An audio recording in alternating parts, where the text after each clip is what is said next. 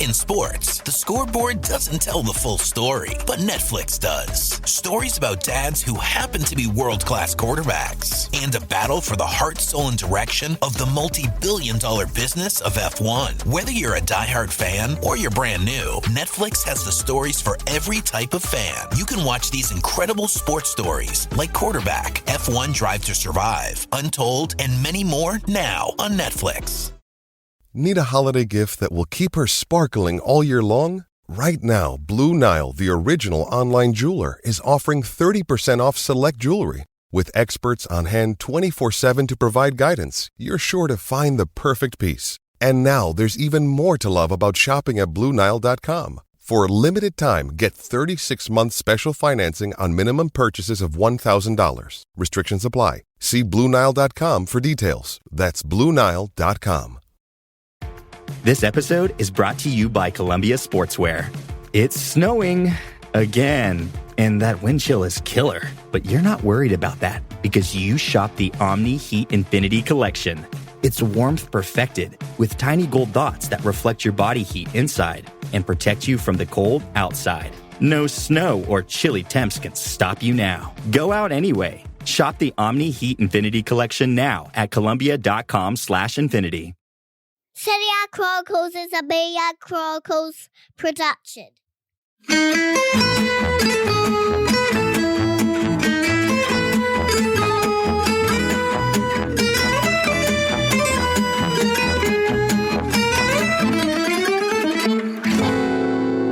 Welcome to the Serie A Chronicles podcast with me, Mina Rizuki. And of course, I'm joined by Nicky Bandini, as always, as we try to run through a very dramatic weekend of Serie A action, culminating in the Derby d'Italia at the very end. Not sure it was necessarily the most exciting, but always the most controversial. I was having a little bit of a laugh because we were reading some of the comments that we will get to and we will chat about during the show. And just before I started this, I just had Nicky going, "It's COVID, Mina." COVID, Mina. Because I keep going, COVID. I know people who've been getting sick recently with COVID. Thankfully, no one too badly. But you got to laugh sometimes this last year and a half. Otherwise, we'd be having a miserable time, wouldn't we? COVID covered. Yeah. Otherwise, we'd all be married to Sarri. Sarri had another horrible week. Yes, I wanted to ask you something because obviously we're going to start talking about, firstly, how nice, Nicky, to be listening to you in your new home where there are no sirens. And for some reason, Ross isn't really barking as much as he used to when we used to do the older podcasts. I'm definitely working on some things. There's definitely some things here that don't work as well because we have a shared front door. So when the front door goes for the main front door of the building, he can hear that and his instinct is to bark at that. But for the last God, how long have I been here now? 2.5 weeks? I've basically had, feels so ridiculous. I've had at all times, I've had a plate of chicken next to me. Whenever there's a sound that I think is going to make him bark, I immediately put chicken in his face. So the idea is that whenever he hears these sounds, instead of wanting to bark, he looks at me for chicken. And it's not perfect, but actually I think it's working a little bit. I think it's actually retraining his brain a little bit to not always bark. He's always going to bark. He's a dog and he's a dachshund. But is that safe at night when you need him to bark if there's a noise? And now he's just going to be looking for chicken in your kitchen?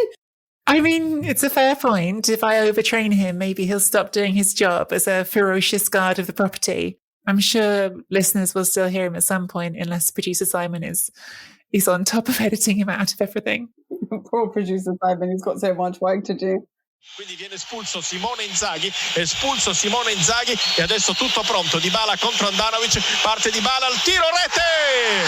Il pareggio della Juventus al 43esimo minuto, calcio di rigore di Paolo Dybala che spiazza Andanovic. Inter 1, Juventus 1, quando non te l'aspetti c'è molta polemica sulla panchina dell'Inter. Questo è un episodio che farà molto discutere. Mariani aveva diretto. Let's talk about the football now.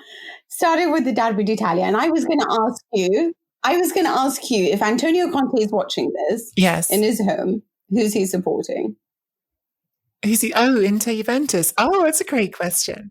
As soon as you said Conte, I thought, well, he's watching the Manchester United match and rubbing his hands with anticipation at the payday that I think a lot of us think he's about to get. Who's he supporting between Inter and Juventus? I imagine Juventus. He spent a full career there. He, as a player, obviously, before he became a manager there. After everything that happened with Agnelli last year. I think he might just be cheering against both of them, actually, when I think about it. Because I also think with Juventus, he's petty enough that he doesn't want Allegri to do better. And Allegri's kind of already done better. Yeah. And I think he's never quite forgiven the fact that someone else came in and did better in Europe than he did after he said it was impossible. So I imagine if he's watching at all, he's a bit sort of jaded about the whole experience. But I might be doing him a disservice. You know, people's public personas are not always the full detail of their personality, but certainly publicly, he can come across as someone whose greatest interest is in his own narrative, which I think goes for lots of top managers, by the way, not just Conte. So, but Mina, tell me truthfully. Okay. I'm sorry to always do this to you, and tell me if it gets annoying, but I'm always curious in situations like this. For anyone who missed it, was under a rock, Inter and Juventus drew 1-1, and the match ended with a penalty in the 89th minute that was awarded on a VAR decision to Juventus. Of course, a lot of people look at that and go, here we go again. It's Juventus. It's the 89th minute. It's a penalty. How did you feel about that penalty that was given for the foul by Denzel Dumfries? And how did you feel about Juventus getting the point that way? I'm starting to get a little bit fed up about the whole, here we go again with Juventus. Mm-hmm. I think largely because I totally understand when fans want to do these types of things, and they have every right to. It sort of annoys me when, broadcasters or important newspapers stir the pot even more, because I think you have a different type of responsibility when you are a journalist or when you are somebody covering the games. And so I find that a little bit disappointing when there's a lot of chat about that. For example, today Gazzetta went into the fact that there was another penalty, and it's not too dissimilar to the 3-2 scoreline that Juventus won against Inter last year.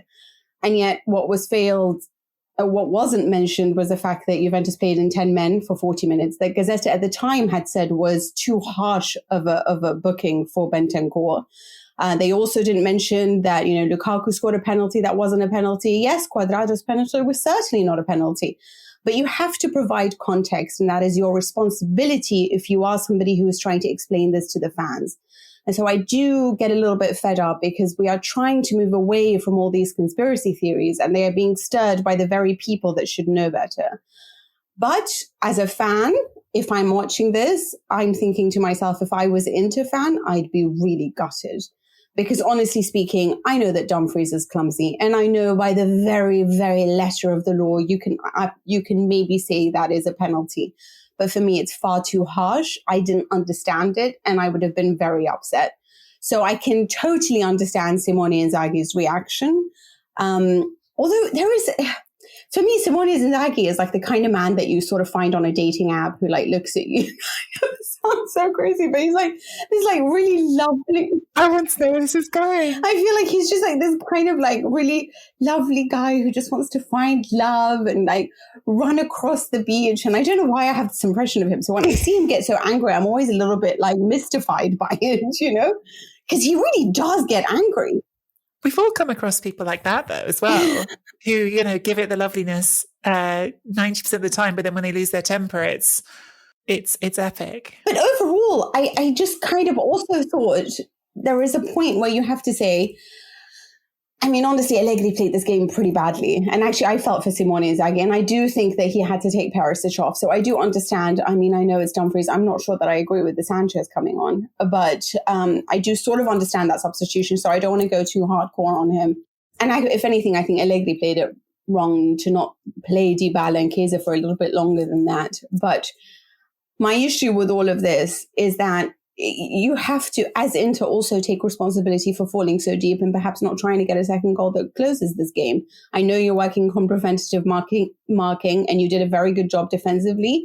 But mistakes can always happen, and you haven't kept a clean sheet in a very, very long time. So perhaps after the emotional run against Lazio, try to keep things just, as well as possible. And you dominated Juventus. You should have taken your chances. Yeah, I think just to sort of say my feeling on the penalty, I think it's a lot in line with yours. I'll say to defend the journalist, because I also had to write a column this morning, when it comes to the context, when it comes to providing context of what's happened before with Juventus and Inter, like if you want to give full context, you would need every column to be 10,000 words, because it's always, well, there was the game last year, but actually, what about when there was Giuliano and Ronaldo? Oh, but what about Calciopoli? What about, and you can go on with that story forever. Like, so it becomes like a point where you go, right, how much am I going to say about the past when I'm trying to actually write about what's happening right now? But I basically agree with your take on this penalty. It is a penalty. It's a horrible, horrible penalty because it's as far as you can be to the edge of the area while still being in the area. It is over the line. Yeah. It's a penalty on a challenge that does not affect the play at all. The ball has already gone and Inter clear it. So it's a foul that didn't change anything, but it is a foul. And when you see the replay, you look at it and you go, it's a penalty. I hate that it's a penalty, but I also don't see a way that you can change the rules to make that not a penalty. If you kick someone in the area, you kick them in the area. And it's a real shame for Dumfries. And I'm a little bit like low-key worried about Dumfries. I think he had this sort of sparkling start and everyone was like, oh, new and shiny. And I think since then he's not been that good. And I think that when it comes to criticising Inzaghi, I know why you did it. Perisic is on a yellow card and he's trying to make sure he's on 10 men to the end of the game. But I thought Perisic was playing really well. And to take Perisic off, you then have to flip your fullback. So Darmian goes to the other side. And to bring on the fullback, who I'm not sure has done that well defensively.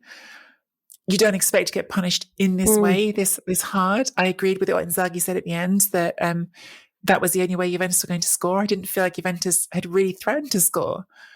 But sometimes that's how it goes. And actually, if I'm being honest, the way he talked about it afterwards, I think even he, without saying it explicitly, was sort of acknowledging that his anger, it's not necessarily even saying it's an injustice. It's just angry because the situation has gone so horribly. Yeah, on the topic of Perisic, I mean, he said that he was on the massage table at halftime. So maybe he put that in his head as well when he was thinking of, okay, got a yellow card. Apparently, he takes off anyone who gets a yellow card except for Barella. Generally, he seems to, yeah. So it seems like he really trusts Barella to manage to avoid a red. Doesn't seem to trust anyone else to do it. Or he just doesn't think he can do without him. Frankly speaking, Perisic has been amazing. Yeah. I mean, he's like, I really do want to give this man his props. I mean, he went to Bayern Munich, won a treble, came back to Inter when he wasn't wanted in the first season under Antonio Conte, was phenomenal last season, is phenomenal this season, is really the man who makes such a difference. But I can't also say, and I do, listen, for me, I think this should have been an Inter 1-0 victory. But I won't say it's a great 1-0 victory, because in many ways, if you look at it, I mean, they shouldn't have fallen so deep either. Statistics suggest that even in terms of possession, Juventus has slightly more, better passing accuracy, better dribbles, better in the air. There were question marks on why Kulusevski was chosen to be on top of Brozovic. I didn't understand that, because it's just kind of like, why are we tasking him with so many tactical instructions when he's a player that works best when he has freedom? I don't know why. I felt like Kulusevski is always sort of a sacrificial lamb and not being given the type of freedom that I think he warrants or needs to have in order to express the very best of himself. But I think for me, like right now, when you look at Dzeko, when you look at Inter, yes, they should have perhaps won this, but there are question marks about falling too deep, about sometimes losing their heads, not them on this occasion, but maybe Inzaghi. So I don't know what to make of this team, because they are now 7 points behind Milan, and they're 7 points behind, Milan and Napoli. Do you think that this is just a wobble? It is Lazio and Juventus. They did very well in the Champions League. Dzeko is amazing. But then there's Lautaro Martinez that's not doing so great, and Dumfries. How do you think they're going to grow? I didn't like either manager's decisions in a lot of this game, to be honest with you. I didn't like the the passivity of Juventus in that first, but I know that's been their mold recently to get the 1-0s. But I felt like, especially when Bernardeschi gets injured at the start, and it's like, okay, what's on Bentancur? And you're looking at that bench and thinking, really? Like, you still don't think you need Chiesa yet in this game? And obviously, for Allegri, there was an impact sub idea in his head, but I didn't like it. I thought it was too passive. But I agree with you that Inter didn't do anything that special. Their goal came from a deflected Çalhanoğlu shot from outside the area that Dzeko was very smart about. I don't feel like Inter are trending in a great direction, if I'm being honest. And I feel like right from the start, we've had this sort of situation, which we've talked about in the podcast, of a manager who's coming in who plays not at all identical, but in a big picture, Broadway, similar style of football to Conte. He plays a back three. He plays a fast strike, not counter-attacking, but quick break style of football. And so it's hard to pick out like what's Inzaghi and what's Conte in the team. And it's a process, right? But I feel like the more time has gone on, the less convinced I've been by Inter, which is not a good sign. You'd want to be more convinced as time has gone on, but instead I've become less convinced. That said, look, if Dumfries doesn't do that, they take 3 points here and we're having a different conversation. So there's still a long way to go. I think part of the situation there and the pressure is just the fact that we've got two teams at the top of the table who are motoring right now, who are really firing ahead and starting to open up that gap. So it starts to feel a bit more pressured than it probably would otherwise.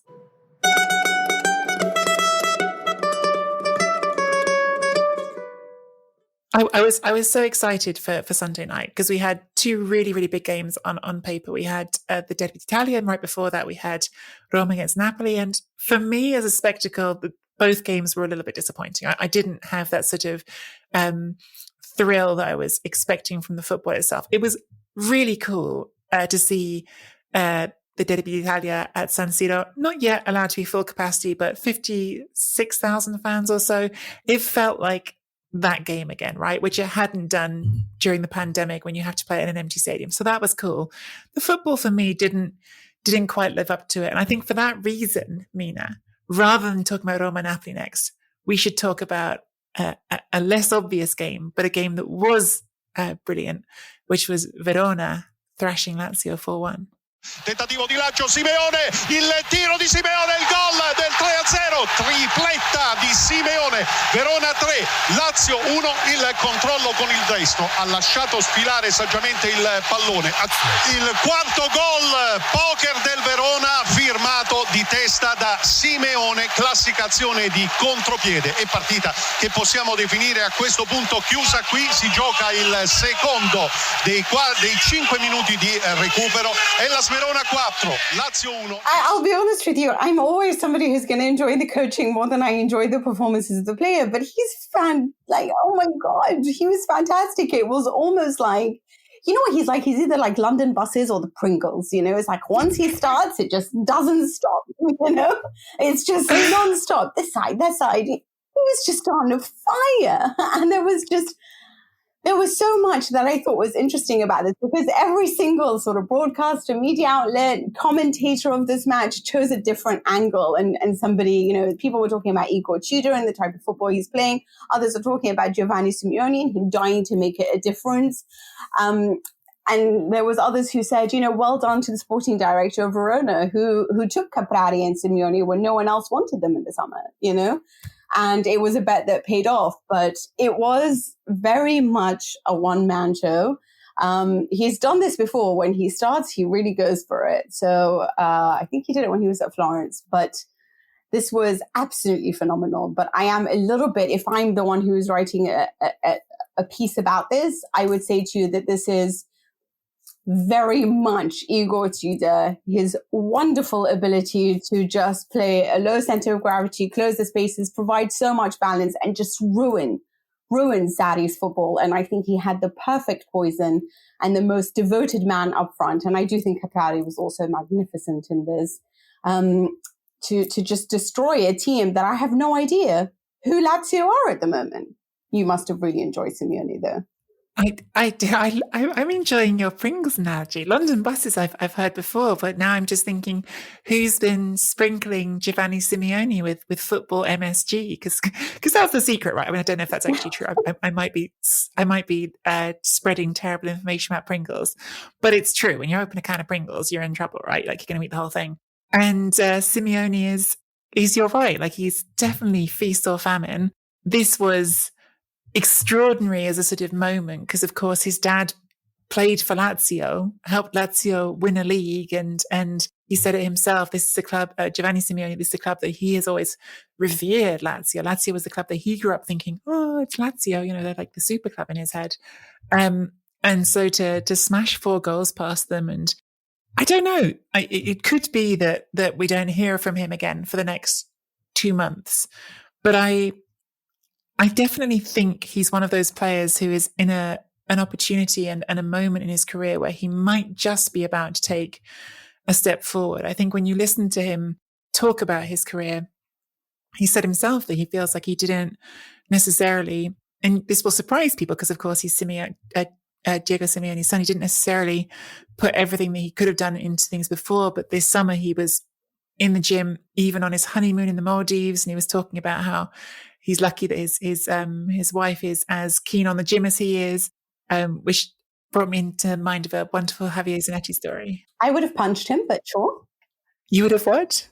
I would have totally punched him if I'm on honeymoon. The guy's in the gym. Punched him if he was my husband. I don't want to be working out. It's my honeymoon. Well, maybe you do, just not that kind of working out. It's a honeymoon. Oh, it's naughty.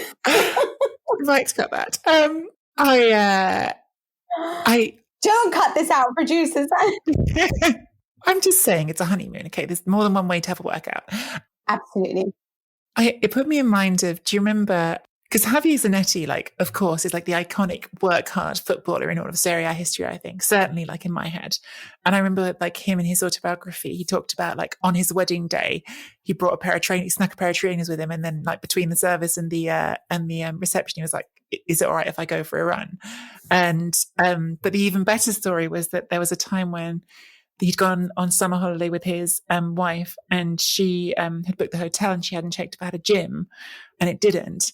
And so what he did was he went and got up one morning and went down to the kitchen and like got a bunch of books and asked the chef in the kitchen if he could weigh these books and stuff, and bundled them all up. And then in the afternoon when he was on the beach, he asked his wife if she could put on a backpack with all the books in because he knew how much she weighed, and he'd weighed it all. And he was doing his squats on the beach with his wife as his workout, literally on his back. And Mina looks so concerned at this point. Would you not have participated in your loved one's career? Would you not have done that for them? Mina would not. Poor Giovanni Simeone is just like, on his honeymoon, training in every sense of the word, at nighttime, in the daytime, everything you can imagine. But we've got a tiny bit off piece. Yeah. We've got a tiny bit off piece, but I do think it's a really interesting opportunity for him at Verona as well. So look, I said that stuff, and I know it sort of sounds like it's just sort of fluff, and that sometimes it is, right? But I do think that you see lots of footballers who have different moments in their career when they make a shift in their attitude and it changes things. I think we saw it with Gonzalo Higuain, and we saw it even, frankly, last season with Lukaku at Inter. Lost some weight, played better, and these things do happen. Pioli said it about Chiesa. Yeah, and now he's got an opportunity under a manager who, as you say, is a great manager. He's got a slightly interesting situation there because they've also got Kalinic for that number 9 position. And so far they've been alternating this season, but who knows, maybe they could play together at some point. They're very different in style. But I want to keep an eye on Simeone. I don't think this is necessarily going to be a one-off. No, you're right. Listen, and he also said, I really love like the players around me. Like I feel like they get the best out of him. And he was talking about that. I mean, we're talking about a player who's now scored 6 goals and 3 assists. Caprara's got 3 goals and 4 assists. So clearly something's working for them. And Igor Tudor is just having a fantastic time. Meanwhile, and I know that you will really enjoy this because you have called him insecure before, but apparently, according to a certain newspaper in Messaggero, that basically they said Sarri had apparently asked his players after the loss to Bologna, that humiliation, whether or not they were trying to get him sacked. And he kept them in the room for an hour and a half after the end of this match, trying to figure out why they're doing this to him. He's taking this all very personally from the sounds of things. And I'm just asking you, is this his tactics? Is the team not working for him? Is it their physical condition? Because they seem to do very badly after they participate in midweek action. What do you think is going on there? Or is this just Sarri's football, where sometimes it's good and sometimes it's just really poor? I don't know. The insecure thing, I mean, that's just my impression. But I think about what happened at Chelsea, where he's getting overridden when he's attempting to make a substitution, and other stories like this from the changing room, frankly. He's always seems to have these stories told about him, Sarri, where he doesn't seem, in some ways, it almost makes sense, right? Like he has such a different background coming into football that I can absolutely imagine how in that changing room, even though you're the manager, you can end up feeling like the outsider. Now, you can also be Jose Mourinho and say, my personality is the biggest in the room, and all of you are secondary to me in my sort of narrative of everything. But I think if you're not like that, it actually seems quite easy for me to imagine how you could be in a changing room with all these sort of people who've been in professional football and feel like, oh, maybe they don't actually respect me. Maybe they aren't listening to me. Maybe they don't.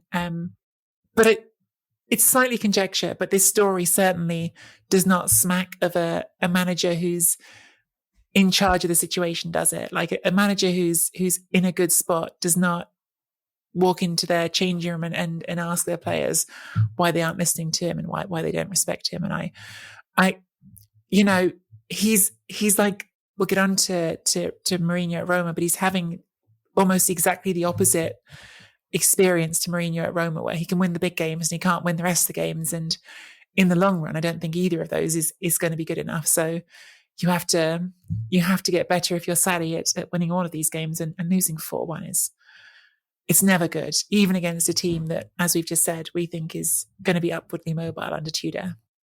My only worry for him, honestly speaking, is that firstly, there's obviously something going on between him and Luis Alberto, who, just for our listeners, who liked something on social media that basically condemned Sarri not playing him and Milinkovic-Savic together, because Sarri had said that he doesn't think Luis Alberto and SMS can play together. That was written on social media to say, how is it possible that great players can't play together? And Alberto liked that post. There's been lots of talk about them two falling out. We know that Alberto wanted to leave over the summer, not necessarily for those reasons, just that he wanted a new experience as well.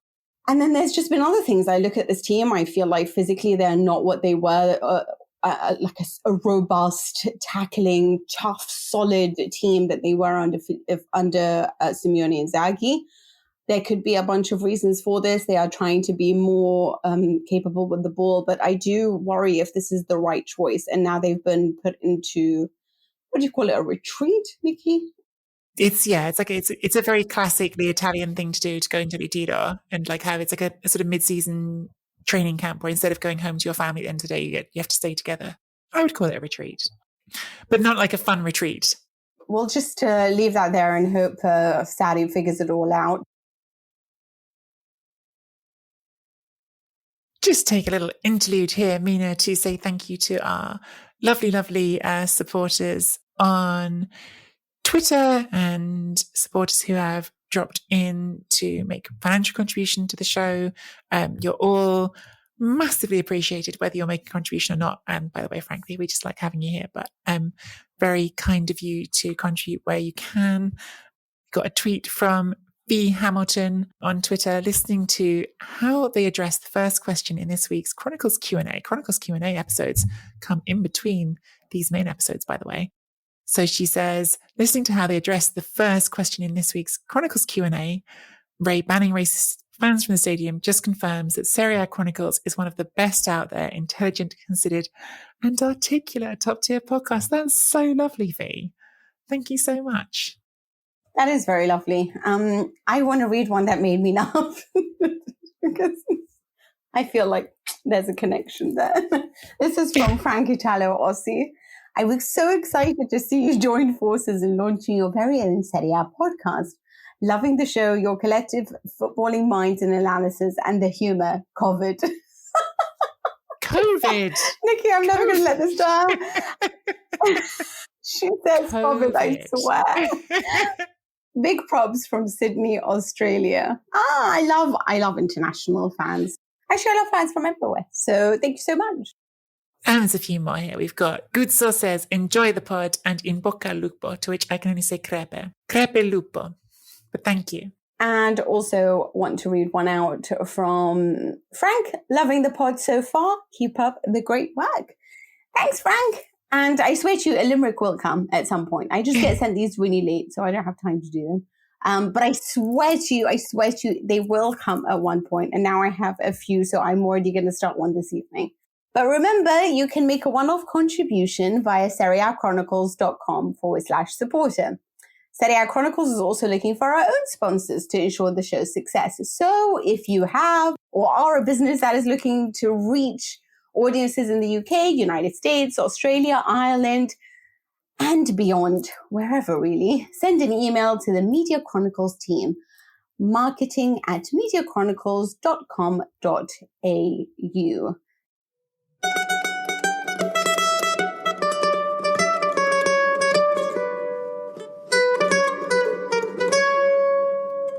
So let's move on. And Nikki, you mentioned basically that there is an opposite experience between Maurizio Sarri and obviously what's going with Jose Mourinho and Roma.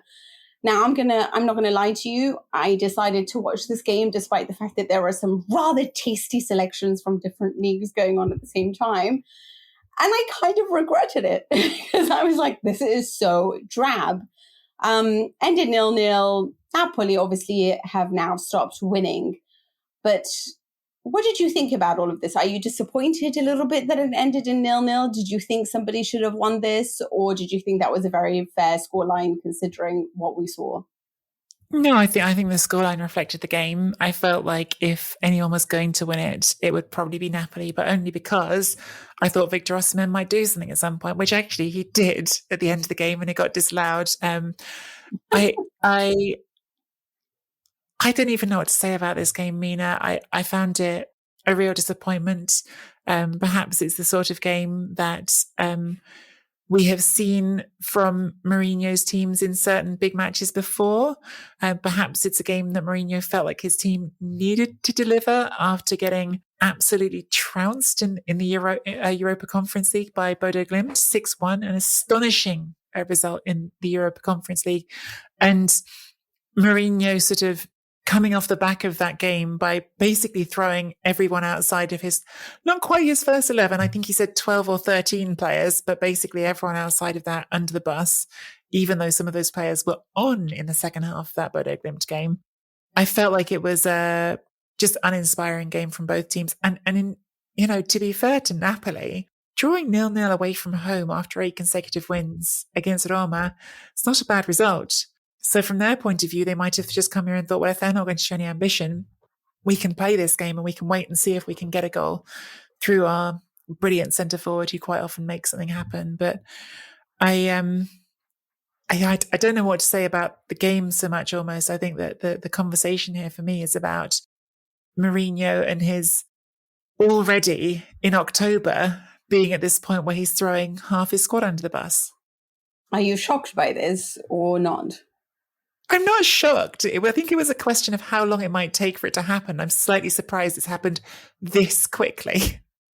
Yeah, I think here's the thing about Mourinho. We'll move on to Spalletti in a bit, but I think what upsets me about this is I like that all the players seem to like him and that apparently he's changed the mentality. And I was almost a Roma fan in the beginning because I was so excited by some of the performances. I loved the match against Fiorentina as an example. And there was just so much fire and entertainment from the side that just didn't look so soft to me.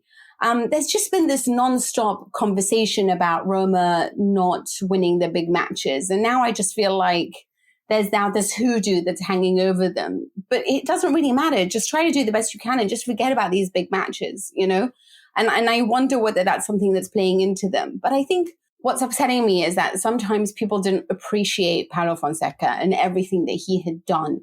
And I just feel like the development of some of these players, including Darbo at the end, and when you look at the way that they were so tactically flexible, the different types of games that they played, yes, they were soft. Yes, they didn't bully you or played with any type of warrior mentality. But I just feel like there were just some matches, you know, when he did play, for example, Villar or Borja Mayoral, and Borja was in spectacular form, and so was honestly Villar. You know, I mean, I just remember against Inter, they got a 2-2, and he chose Villar instead of Cristante, and it was important because you just felt like, you know, there was a beautiful ability to possess the ball or play different types of games, you know.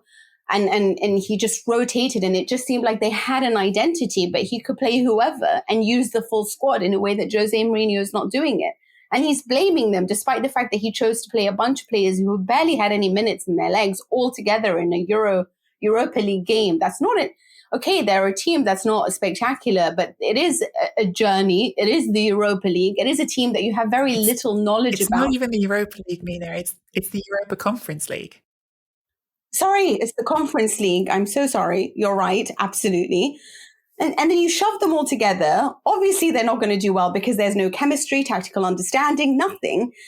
They haven't played in ages either. And it's clear that you don't rate them. And then say, oh, well, you know, now you're going to sit in the stands. And it kind of upset me because I just feel like this is where Fonseca was so underrated. His ability to nurture this talent, his ability to bring out the best in Borja Mayoral, that had a lot of people at the time saying, is there a need for Dzeko? That was one of the headlines at the time. So I do feel like it was after the 3-1 win against Hellas Verona. I'm trying to remember. When you have these things, it does worry me that, is Mourinho the right man to build a project, or is he the man to come in when the project has already been built and he can take it that extra step forward? I mean, I think it's valid to ask at this point, Mina, whether he's either at this point in his career. He certainly has been the man to take you over the edge in the past. And I think he has something to prove at this point, having had a couple of disappointing stops in a row at Manchester United and then Tottenham.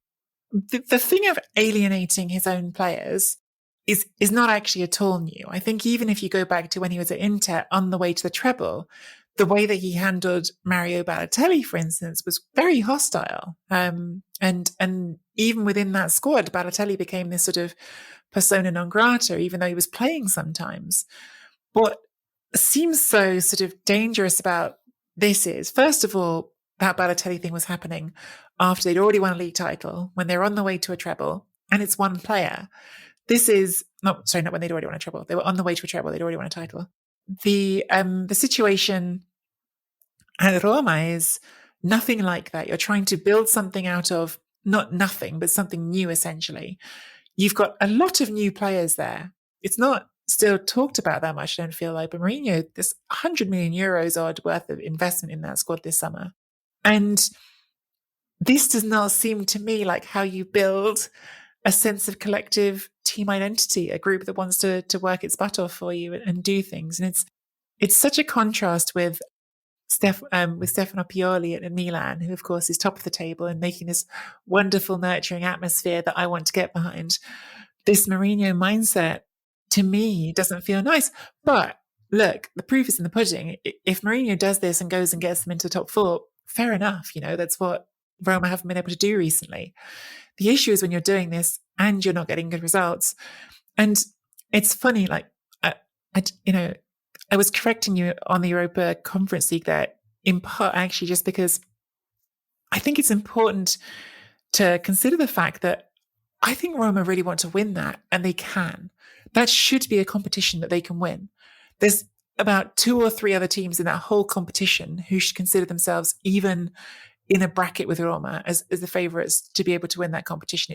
It's Tottenham and maybe 1 or 2 others. So I can't see a world in which Mourinho doesn't want to win that trophy. And yeah, he got walloped 6-1. It's not good. It's not good. And yeah, then gets himself sent off in this game against Napoli with amazingly gets sent off for 2 yellow cards, which never happens to managers. I love that. I don't know.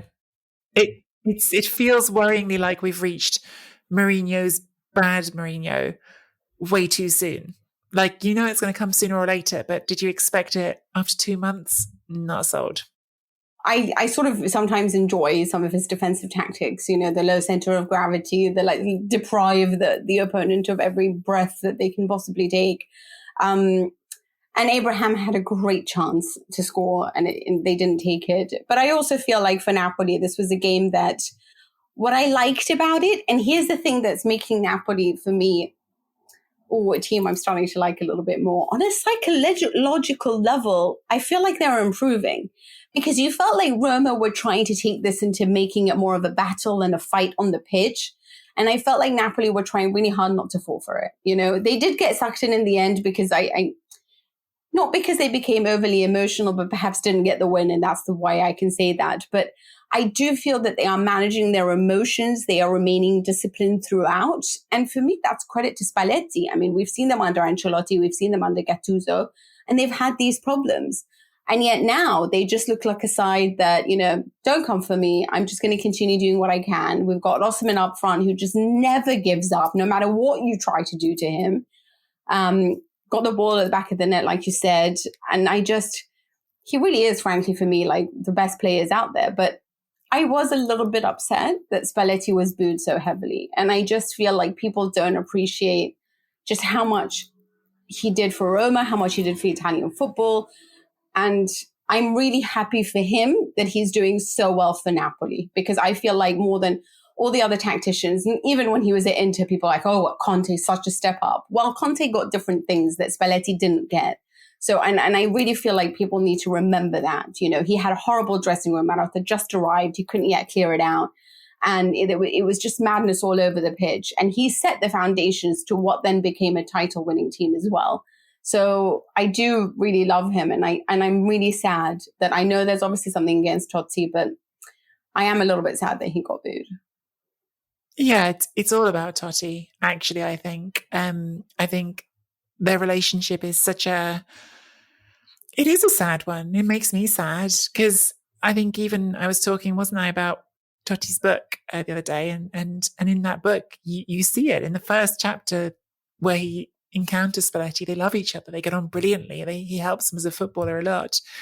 And then there's just this sad late chapter where Spalletti has clearly been brought in part with explicit sort of instruction from ownership that you're going to be the guy who's going to ease this chapter to its conclusion, this Francesco Totti era.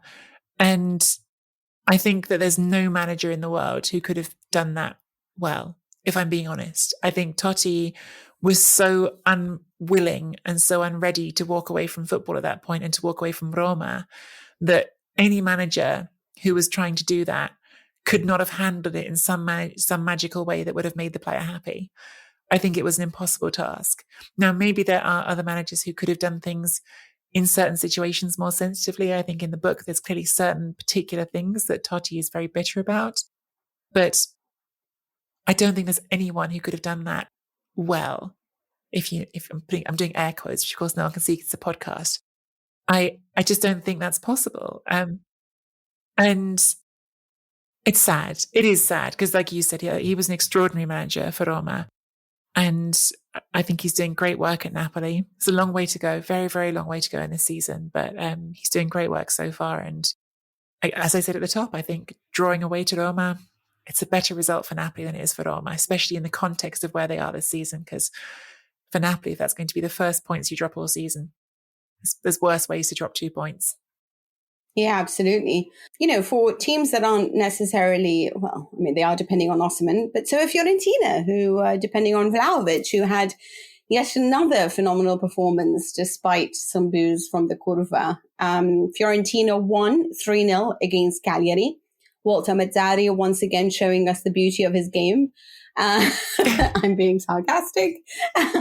But there was this odd little moment where it seemed like Vlahovic didn't want to take the penalty, but he did take the free kick and scored a goal at the end. what's going to happen if he leaves to Fiorentina? Because I do feel like when it comes to them, they are dependent on him. And he has such a lovely relationship with Vincenzo Italiano. Yeah, it was interesting that he didn't take that penalty. Just, supposedly just didn't feel like it. And you think you're not feeling like it because you're being booed in your own stadium. A brilliant free kick. This is it's just a bit of a sad situation for everyone because I understand his position.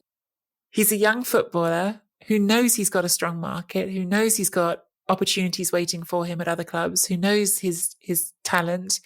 And the fact of the matter is, this is an extreme example, but as we saw this summer with Harry Kane, if you sign a contract when you don't want to stay somewhere, sometimes you can get made to stay somewhere. Whereas if you let your contract run down, you probably get a better financial deal for yourself and you get to go where you want. I can't blame him for that. He's a young person trying to control his own destiny and what comes next. And I think what he's trying to show is, as long as I'm here, you're getting 100% of me. I'm going to work my tail off and I'm going to score goals for you and I'm going to be good. But you can't demand my lifelong loyalty. And of course, fans don't want to hear that. Fans want footballers playing for their teams to love the teams that they do and to be there forever. But it's not the reality. I understand both sides of it because I am a fan and I know how it feels to watch someone who you love playing for your team clearly sort of playing out time. It's a horrible feeling. But I can't blame him for handling himself that way. And I think in the meantime, as you said, he's still playing very well and he's still scoring important goals. And Fiorentina are looking the best they've looked for a few seasons, actually. They're looking like they could really compete for Europe. And if they do, he's a part of it, a big part of it. I do worry about how much he contributes to that team because this was really the Vlahovic show in many ways. And I wonder what will happen when he leaves because they're going to need like a really amazing backup or like somebody who can come in and do basically what he's doing. But I want to move on to Bologna and Milan because I want your thoughts on this. We've seen, okay, so this was the most hilarious game. It was 2-0 for Milan, who were the away side. Then an own goal scored by Zlatan Ibrahimovic brought one back for Bologna. Then they scored one quickly after it to equalize when they were down to 10 men. They lost a man on the 20th minute, then went down to 9 men, like a few minutes after scoring the second goal. And Milan really didn't get anywhere and didn't get their third goal till, 6 minutes from time? Obviously, my boy Calabria coming through for them, and then Zlatan scoring the fourth. Now, Mihajlovic said this was a great Bologna, and there was every opportunity for them to at least get a point from this. I don't know whether he's exaggerating. But putting that aside, we saw Milan wobble against Hellas Verona and play a terrible first half. They were simply awful against Porto in the Champions League. Absolutely awful, although there is controversy surrounding the goal, but whatever, that doesn't take away from their performance. And once again, you saw them not being brilliant in this one. So what do you feel? Is this sort of them starting to once again have a great start to the season and then something happens and you wonder what is going on with their performances and then this is when they start losing? Or do you feel like this is still a team that you believe in? I think I still believe in them. The Porto game was bad. I think losing a few important players doesn't help. When you lose Mike Maignan, obviously, I think that's a real blow, losing him in goal. I think it's not to be underestimated, actually. I think he's been such a sort of impressive, steady replacement for an important player in Gianluigi Donnarumma. And I think when he's not there, that hurts. They've had to deal with a bout of COVID. I actually wonder how the introduction of Zlatan impacts his team now. Obviously, he scores a goal at the end here, and he's Zlatan, and you don't want to underestimate his what he can offer the team still, because he clearly still has things to offer. But the team has played in such a particular way without him. There's such a sort of fast, direct team relying on these young players like Leao and Brahim Diaz. And I don't want that to change because you suddenly put a 40-year-old, even though he's a brilliant 40-year-old up front. But look, in the end, this was a really good weekend for them, actually. They've gone a level with Napoli at the top. Both Inter and Juventus obviously dropped points. Roma and Napoli dropped points. I think going out of the Champions League, as sad as it is, disappointing because their first 2 games of the Champions League were great, I thought. Porto one was awful. Could end up in the long run playing out well for them. Yeah, I mean, this is definitely still a team to believe in because of Stefano Pioli. I am really happy for Bennacer because I feel like he wasn't that great against Hellas Verona, but I thought that he didn't start off wonderfully in this match, but then you saw the beauty of his play. Sandro Tonali, though, is just, wow, what a step up from last season. And I'm always going to talk about it, but Calabria is just so smart. The way he moves and floats around the pitch, he just exactly understands. And Ballo-Touré, like, what a step up, right? It's amazing what Pioli is doing with these players. It's like every year there's one that just gets better and better. But let's do some snap reactions because I feel like, we've spent so much time and there are some other interesting games. I know that you watched Atalanta Udinese as well. Yeah, another manager sent off. 4 managers sent off this weekend. 4 managers sent off, which is incredible. Again, if I'm being honest, another team that's been hit hard by injuries. The Manchester United game, I really can't be too critical of it because you're missing Jim City, you're missing Toloi, was it? You're missing Robin Gosens, you're missing Hatterber, you're missing 4 out of 5 members of your back 5 if you choose to consider the wing backs as part of a 5 rather than a 3. Your defence is not going to be as solid as it should be. They conceded 3 goals and that's why they didn't win the game. As far as I'm concerned, that's kind of the story on that one. Disappointing to throw away the points in this game against Udinese, given it was 1-0 until basically injury time, but I didn't think they played very well. I think part of that, as I say, is down to injury, but time will tell if it's something bigger than that. Poi il tiro troppo alto sulla traversa, attenzione Senguema, questa incursione di Pobega all'interno dell'area di rigore, Pobega! Il raddoppio del Toro al 31esimo, ha colpito ancora una volta la formazione di Juric, grande inserimento di Pobega che in questo primo tempo sta veramente spaccando in 2 la retroguardia del Genoa con i suoi inserimenti dalla linea mediana e il Toro va a raddoppiare. Torino, I love every Ivan Juric team and I just can't believe they got, Pratt and Belotti back, and they already look like such a wonderful side to watch. Only thing that irritates me about them is, please, can you just stay awake at the back? Because they have just this disastrous ability to just start losing players all over the pitch. And when they are focused and concentrated throughout, they play such good football. And they did such a good job against the big teams like Juve and Napoli and trying to remain defensively focused. But sometimes in this match, it's almost like they didn't take Genoa seriously. And Genoa were absolutely awful, but they had the opportunity to make it 3-3 had Ravella's free kick actually gone through, which was fantastic, by the way. So it's amazing that Ballardini's Genoa, who've been so poor and honestly hadn't even started the game or even wanted to be there, had the opportunity to actually get a point against this team. So defensively, my man Juric, you have a lot of work to do. Back to you, Nikki. Any other games? Oh, there's some fun stuff at the end of Salernitana against Empoli where Pinamonti did a little cucchiaio and Belic chasing after Pinamonti for that cucchiaio, which was a bit of a sort of soap opera of Serie A moment, which we love a little bit sometimes. Nikki, if we have time, I do want to discuss next week what you think of Lukaku versus Dzeko. So I had this to discuss this week because of something that Beppe Bergomi had said, which really irritated me because I thought it was disrespectful to Dzeko. But we don't have time for it to go this week. Let's do it. No, next week, definitely. Next week we'll do it. We're out of time this week, I think. I guess we'll leave it there. That is all we've got time for this week, gang. Thank you so much for downloading and for listening and hanging out with us for this hour or so, whatever it's been.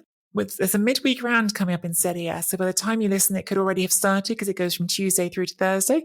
There's a few tasty games in there. I think Juventus Sassuolo jumps out, Milan Torino, and also Lazio against Fiorentina on Wednesday night. But Serie A Chronicles will be back on Friday with another Chronicles Q&A mailbag episode. Get your questions into us on Twitter at Serie A ChronPod with the hashtag Chronicles Q&A. Find us both on Twitter at Nikki Bandini, at Mina Rizuki. Make sure you follow the pod's social media content through the week. All the links for Serie A Chronicles social media will be in the show notes. We love the interaction with you guys, so please do come hang out with us. Please leave us a rating and review on Apple Podcasts or if you get your podcasts. I will say, we have been paying attention. There are some amazing reviews for us on iTunes right now. So thank you so much. You guys are genuinely awesome and we love you to bits. And consider supporting the show at seriachronicles.com/supporter. And remember, for sponsorship opportunities, please email marketing@mediachronicles.com.au. Mina, it's been awesome hanging out with you, and let's do it again next week. Can't wait.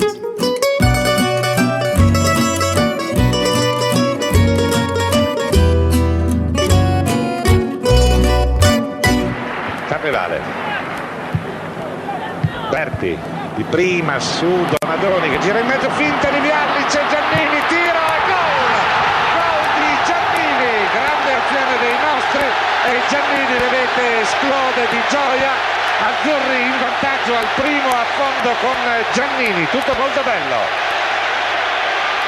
Splendido il controllo che rivediamo in profondità sulla finta di Vialli di Giannini che fa fuori 4 avversari e poi fulmina Meola in uscita. 1-0 per l'Italia, 11° del primo tempo. Sports Social Podcast Network.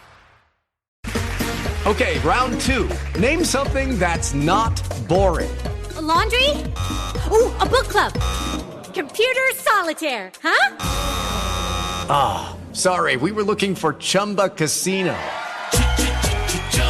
That's right, ChumbaCasino.com has over 100 casino-style games. Join today and play for free for your chance to redeem some serious prizes.